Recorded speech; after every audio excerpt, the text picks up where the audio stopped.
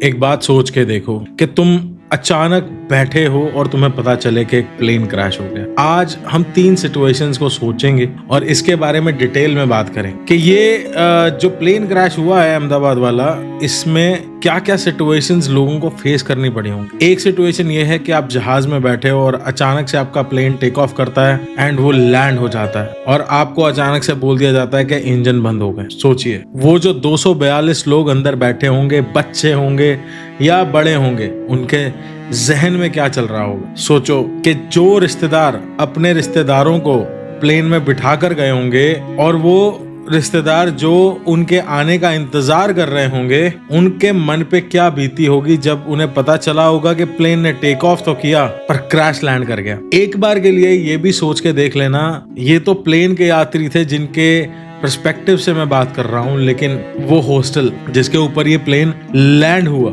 सोच के देखो कि तुम खाना खा रहे हो मेस में बैठ के और तुम्हें अचानक से पता चलता है तुम्हारे सिर पे पंखा गिरा है और वो पंखा एक प्लेन का इंजन है। मतलब हम हैरान हो जाएंगे, हम शॉक में आ जाएंगे, हमें समझ में ही नहीं आएगा हुआ क्या और हमारी गलती क्या थी। मैं आज एक ऐसे पॉइंट पे बात करने वाला हूं जिस पॉइंट के ऊपर शायद ही कोई यूट्यूबर खुल के बोला हो। मैं सिर्फ इतना जानना चाहता हूं कि बहुत सारे पहले भी मुद्दे ऐसे आए हैं जब प्लेन से रिलेटेड ये बात की जाती है कि हमारे इंडियन एयरवेज के अंदर सिर्फ एयर इंडिया नहीं आती, बल्कि सारे के सारे कंपनी के प्लेन्स आ जाते हैं कि इन सब प्लेन्स की प्रॉपर चेकिंग की जाए। जो प्लेन्स पुराने हैं, जो प्लेन्स वर्किंग कंडीशन के लायक नहीं हैं, उनको बाहर निकाला जाए। सिर्फ और सिर्फ जब टैक्स की बारी आती है तब जनता की लेनी क्यों शुरू कर देती है गवर्नमेंट। एक आम आदमी, मिडिल क्लास आदमी 10 साल से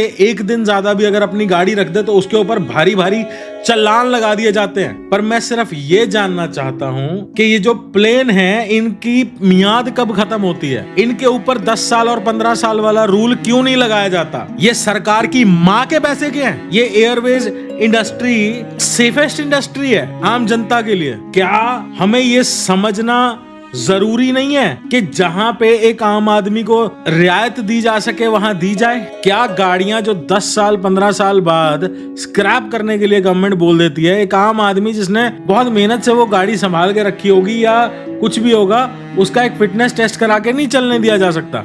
प्लेन्स का तो आप लोग फिटनेस टेस्ट करते नहीं हो। रोड टैक्स, हर तरीके का टैक्स, लग्जरी टैक्स, ये टैक्स वो टैक्स, प्लेन्स के ऊपर कोई सर्विस नहीं आएगी। इन कंपनीज के ऊपर, जो ये कंपनीज बड़ी बड़ी जहाज चला रही हैं, इनके ऊपर सरकार का कोई होल्ड नहीं है। क्यों? अब मेरे मुंह से फिर वो चीजें निकलती हैं जो शायद कड़वी लगे। किसने कितना खाया, कितना पिया और कितना डकार मार दिया। 242 लोग आज की डेट में हमारे बीच में नहीं, वो लोग सफर नहीं कर रहे। जो लोग चले गए वो तो चले गए, सफर उनके परिवार करेंगे। वो जो बच्चे अपने माँ बाप के साथ उस प्लेन में ट्रेवल कर रहे थे ये सोच के कि शायद हम किसी अच्छे शहर में जाके एंजॉय करेंगे, आज की डेट में वो इस दुनिया में ही नहीं है। यही मुद्दा फ्लाइंग बीस्ट ने एयर एशिया के ऊपर उठाया था और आज भी उन्होंने ये बात बोली है कि इसके ऊपर कोई एक्शन नहीं लिया गया, बल्कि ही वो सस्पेंडेड। मैं सिर्फ ये जानना चाहता हूँ कि सरकार की रिस्पॉन्सिबिलिटी एक आम आदमी के तक ही है। टिकट 500 रुपए की होगी फ्लाइट की, लेकिन 3000 रुपए टैक्स लग जाता है। टिकट 10,000 रुपए की होगी, लेकिन 20,000 रुपए टैक्स लग जाता है। चेक नहीं कर सकते हम जनता के लिए इस सिक्योरिटी डिजास्टर को। तो ऐसे जलते हुए जहाज आपको हर दूसरे दिन देखने को मिलेंगे, भगवान न करे अगर यही चलता रहा। हमारी एक मिनिस्टर है, बहुत फेमस है, मैं नाम तो खैर लूंगा तो फिर रोना निकल जाएगा।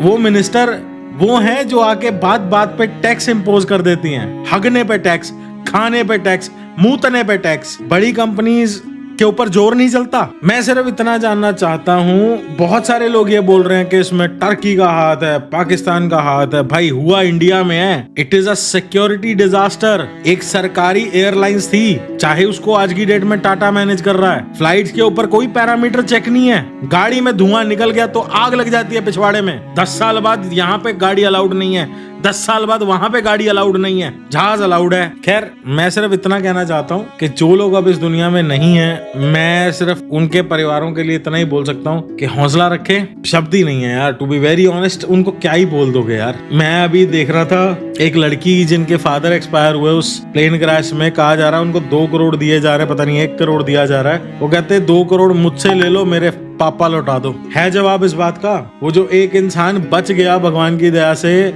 उसके ऊपर सिवाय रीले बनाने के उस इंसान के लिए कुछ किया जाएगा? चलो ठीक है, अब कर भी देंगे क्योंकि इलेक्शन आ रहे हैं। बात नीचता की नहीं है, घोर नीचता की है कि कितना गिरेंगे हम आम जनता को तंग करने के लिए और कितना गिरेंगे हम आम जनता को सहूलियत देने के लिए। इन चीजों से ऊपर उठना पड़ेगा मेरे हिसाब से। बाकी आप में से जितने लोग मेरी इस बात से रिलेट करते हैं, नीचे कमेंट सेक्शन में जरूर लिखना और सब्सक्राइब जरूर करना। मेरे पास शब्द नहीं है कि मैं उनको किस वर्ड में कंडोलेंसेस दे सकता हूँ। अभी 1 साल पहले I lost my father. I know एक फैमिली मेंबर का जिसको आप हद से ज्यादा प्यार करते हो, उसके जाने का मतलब क्या है, लेकिन इन लोगों को समझ में नहीं आएगा। बाकी आपको जो लगे ठीक है, गलत है, सही है, मुझे नहीं पता, बट प्लीज अपनी सुरक्षा खुद ध्यान रखें। फ्लाइट्स देख के चूज करें। जौन सी कंपनी के पास साफ सुथरी नई फ्लाइट्स हैं, कोशिश कीजिए उनमें आप उड़ सकें। चेक कीजिए इन कंपनीज के ऊपर, जो फ्लाइंग कंपनीज हैं, इनके प्लेन्स प्रॉपरली चेक्ड हैं या नहीं। मुझे नहीं पता ये कैसे होगा, बट ये आप लोगों को खुद करना पड़ेगा गाइस। कैसे होगा मुझे नहीं पता है, but this is not safe, this is totally not safe. बाकी आपके जो भी विचार हो नीचे कमेंट्स में लिखना, और चाहोगे इसके बारे में बात करना मुझसे तो